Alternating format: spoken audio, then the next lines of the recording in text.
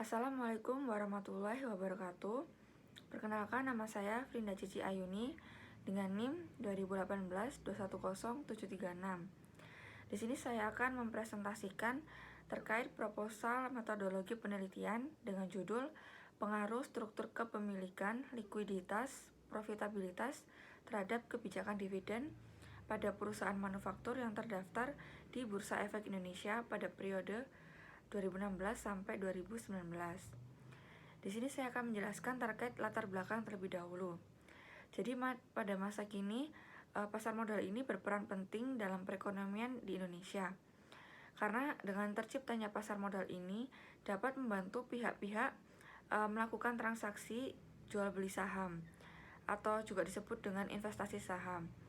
Karena saham ini memiliki keuntungan yang cukup tinggi, jadi banyak masyarakat yang meminati saham. Tujuan utama investor untuk melakukan investasi yaitu untuk memperoleh keuntungan yang tinggi, yaitu berupa dividen. Nah, dividen ini dapat dibayarkan secara tunai maupun dibayarkan dalam bentuk saham. Dividen ini akan dibayarkan jika perusahaan mampu menyelesaikan kewajiban atau utangnya terlebih dahulu. Setelah itu baru membayarkan dividennya kepada pihak investor. Menurut pandangan masyarakat, jika keuntungan perusahaan itu semakin tinggi, maka tingkat keuntungan dividen yang akan diperoleh juga akan makin tinggi juga. Namun hal tersebut juga tergantung dari kebijakan dividen dari masing-masing perusahaan. Menurut Jitman 2009 menyatakan bahwa kebijakan dividen dalam sebuah perusahaan itu harus terumuskan dengan dua tujuan dasar, yaitu menyediakan pembiayaan yang memadai dan memaksimalkan kekayaan milik perusahaan.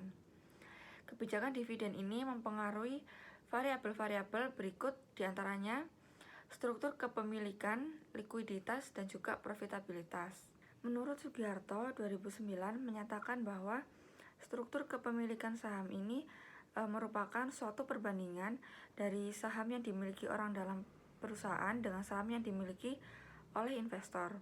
Untuk menjalankan aktivitasnya, biasanya perusahaan diwakili oleh direksi yang telah ditunjuk oleh pemegang saham.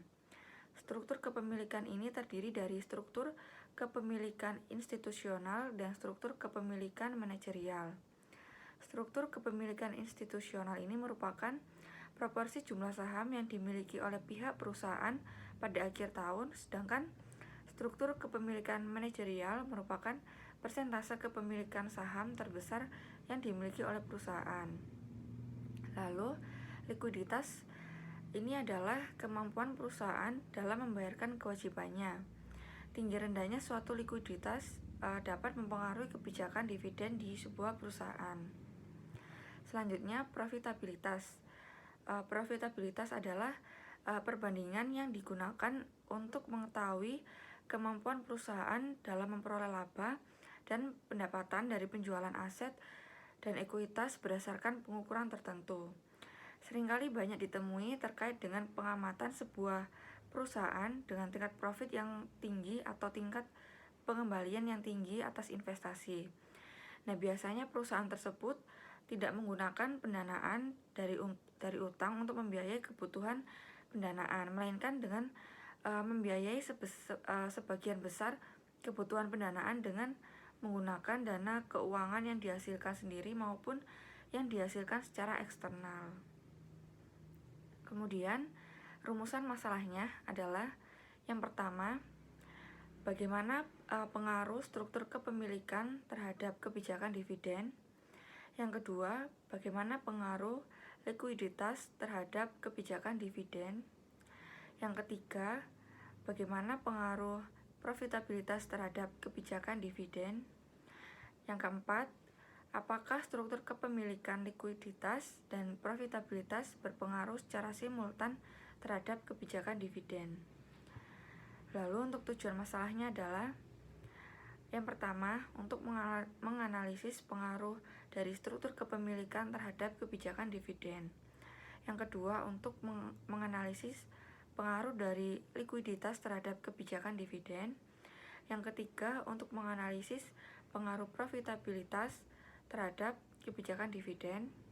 Dan yang keempat, untuk menganalisis pengaruh dari struktur kepemilikan, likuiditas, dan profitabilitas terhadap kebijakan dividen. Kemudian saya akan menjelaskan terkait dengan kerangka pemikiran. Kerangka pemikiran ini bertujuan untuk memberikan gambaran mengenai variabel apa saja yang akan diamati pada suatu penelitian. Di dalam kerangka pemikiran ini terdapat variabel independen dan juga variabel dependen, di mana struktur kepemilikan manajerial yang berpengaruh pada kebijakan dividen. Yang kedua ada struktur kepemilikan institusional yang berpengaruh kepada kebijakan dividen. Yang ketiga ada likuiditas yang berpengaruh pada kebijakan dividen. Dan yang keempat ada profitabilitas yang berpengaruh pada kebijakan dividen. Selanjutnya adalah hipotesis penelitian. Yang pertama ada H1 yaitu kepemilikan institusional berpengaruh positif terhadap kebijakan dividen pada perusahaan manufaktur yang terdaftar di Bursa Efek Indonesia. H2 yaitu kepemilikan manajerial berpengaruh positif terhadap kebijakan dividen pada perusahaan manufaktur yang terdaftar di Bursa Efek Indonesia. H3 yaitu rasio likuiditas secara simultan berpengaruh signifikan terhadap kebijakan dividen pada perusahaan manufaktur yang terdaftar di Bursa Efek Indonesia.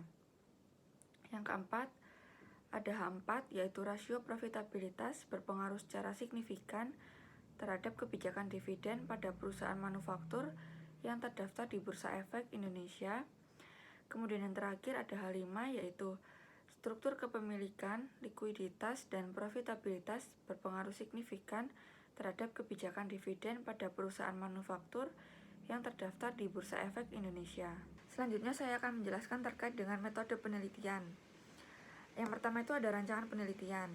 Berdasarkan penjelasan tersebut, penelitian ini itu menggunakan explanatory research karena berdasarkan tujuan penelitian ini menguji pengaruh struktur kepemilikan, likuiditas, dan profitabilitas terhadap kebijakan dividen.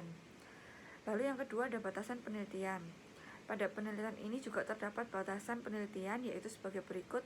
Yang pertama, penelitian ini membatasi variabel yang akan digunakan. Pada penelitian ini hanya menggunakan tiga variabel independen yaitu struktur kepemilikan, likuiditas, dan juga profitabilitas. Yang kedua adalah penelitian ini membatasi sampel yang akan diteliti, yaitu hanya pada perusahaan manufaktur yang terdaftar di Bursa Efek Indonesia. Yang ketiga, penelitian ini membatasi periode yang akan digunakan, hanya meneliti pada periode 2016 sampai 2019. Kemudian, saya akan menjelaskan terkait dengan identifikasi variabel. Variabel yang akan digunakan pada penelitian ini dibagi menjadi dua, yaitu variabel independen dan juga dependen. Variabel independen ini merupakan variabel yang mempengaruhi. Nah, pada penelitian ini itu menggunakan variabel struktur kepemilikan yang terdiri dari struktur kepemilikan institusional yang diukur dengan persentase kepemilikan saham institusional dan kepemilikan manajerial yang diukur dengan persentase kepemilikan saham manajerial, dan kemudian likuiditas yang diukur dengan current ratio dan profitabilitas yang diukur dengan return on equity. Lalu variabel dependen merupakan variabel yang dipengaruhi. Pada penelitian ini, variabel dependen ini yang digunakan adalah kebijakan dividen. Nah, dividen ini diukur menggunakan dividen payout ratio. Selanjutnya, definisi operasional dan pengukuran variabel. Variabel dependen adalah variabel yang dipengaruhi oleh variabel independen, di mana variabel dependen yang digunakan dalam penelitian ini adalah kebijakan dividen. Nah, kebijakan dividen ini adalah keputusan apakah keuntungan yang diperoleh perusahaan akan dibagikan kepada investor dalam bentuk dividen atau ditahan sebagai laba ditahan guna untuk membiayai investasi di masa mendatang. Nah, kebijakan dividen ini diukur menggunakan dividen payout ratio. Kemudian, variabel independen adalah variabel yang mempengaruhi variabel dependen, di mana variabel independen yang digunakan dalam penelitian ini adalah struktur kepemilikan, likuiditas, dan juga profitabilitas. Yang pertama, struktur kepemilikan. Struktur kepemilikan ini dibagi menjadi dua, yaitu struktur kepemilikan manajerial dan struktur kepemilikan institusional. Struktur kepemilikan institusional ini merupakan perbandingan kepemilikan saham yang dimiliki oleh pihak instansi dan blockholders pada akhir tahun. Kemudian kepemilikan institusional ini dapat diukur dengan menggunakan jumlah persentase kepemilikan saham yang dimiliki oleh pihak instansi dari seluruh jumlah saham yang beredar. Lalu struktur kepemilikan manajerial ini merupakan perbandingan saham yang dimiliki oleh pihak manajemen atau perusahaan, kemudian diukur dengan persentase jumlah saham manajemen. Yang kedua ada likuiditas. Likuiditas ini merupakan rasio yang digunakan untuk mengukur kewajiban perusahaan dalam membayarkan hutang jangka pendeknya, dan likuiditas pada penelitian ini diukur menggunakan current ratio. Yang ketiga ada profitabilitas, adalah kemampuan perusahaan dalam menghasilkan keuntungan dalam periode tertentu. Nah, profitabilitas pada penelitian ini diukur dengan menggunakan return on equity. Lalu berikutnya saya akan menjelaskan terkait dengan populasi, sampel, dan juga teknik pengambilan sampel. Populasi yang digunakan dalam penelitian ini adalah perusahaan manufaktur yang terdaftar di Bursa Efek Indonesia periode 2016 sampai 2019. Penelitian ini menggunakan sampel perusahaan sektor industri melalui website Bursa Efek Indonesia dengan menggunakan teknik purposive sampling. Nah, purposive sampling ini merupakan teknik pengambilan sampel dengan mempertimbangkan ciri-ciri khusus dan kriteria tertentu yang telah sesuai dengan tujuan penelitian. Adapun kriteria untuk menetapkan sampel pada penelitian ini yaitu sebagai berikut. Yang pertama, perusahaan manufaktur yang telah terdaftar di Bursa Efek Indonesia pada periode 2016 sampai 2019. Kemudian yang kedua, perusahaan manufaktur yang telah membagikan dividen pada periode 2016 sampai 2019. Kemudian yang ketiga ada perusahaan manufaktur yang menerbitkan data struktur kepemilikan manajerial dan juga institusional pada laporan keuangan periode 2016 sampai 2019. Kemudian data dan metode pengumpulan data. Teknik pengumpulan data pada penelitian ini adalah dokumentasi, di mana teknik tersebut ini dilakukan dengan mencari data sekunder yang didokumentasikan berupa data kuantitatif, sehingga hal ini didapatkan dengan cara mengumpulkan laporan keuangan perusahaan manufaktur yang terdaftar di website Bursa Efek Indonesia.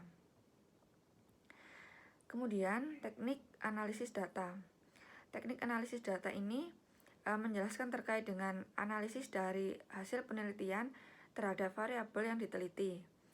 Teknik yang akan digunakan dalam penelitian ini adalah teknik analisis data kuantitatif, yaitu teknik analisis yang menggunakan angka-angka yang dapat dihitung secara pasti yang diperoleh dari laporan keuangan, guna untuk memperoleh hasil yang pasti dalam mengelola data. Kemudian hal tersebut dapat dipertanggungjawabkan. Yang pertama ada analisis deskriptif. Analisis deskriptif ini bertujuan untuk memberikan informasi terkait dengan gambaran umum pada setiap kondisi, tetapi tidak dapat melakukan kesimpulan secara general. Dalam menggambarkan hal tersebut dengan menggunakan variabel yang akan diteliti, yaitu struktur kepemilikan, likuiditas, dan juga profitabilitas. Kemudian ada analisis hipotesis yang digunakan dalam penelitian ini menggunakan analisis regresi linier berganda. Dengan bentuk umum pada regresi linier berganda secara matematis yaitu sebagai berikut. Y sama dengan beta 0 ditambah beta 1x1 ditambah beta 2x2 dan ditambah beta 3x3. Di mana Y ini adalah kebijakan dividen, beta 0 adalah konstanta, beta 1, beta 2 dan juga beta 3 adalah koefisien regresi pada variabel bebas. Kemudian X1 adalah struktur kepemilikan, X2 adalah likuiditas, X3 adalah profitabilitas. Lalu pada tahap berikutnya adalah uji T, yang berfungsi untuk menguji apakah signifikan variabel independen secara parsial terhadap variabel dependen. Signifikan atau tidaknya suatu pengaruh dari variabel independen terhadap variabel dependen itu dapat dilihat dari nilai probabilitasnya. Selanjutnya adalah uji F, yang berfungsi untuk mengetahui semua variabel independen secara simultan berpengaruh secara signifikan terhadap variabel dependen. Lalu, yang terakhir ada uji koefisien determinasi berganda. Menurut Ghazali 2016, uji koefisien determinasi berganda ini berfungsi untuk mengukur sejauh mana pengaruh dari suatu model dalam menerangkan variabel dependen terhadap presentasi naik turunnya variasi nilai variabel dependen. Sekian presentasi dari saya, kurang lebihnya saya mohon maaf. Wassalamualaikum warahmatullahi wabarakatuh.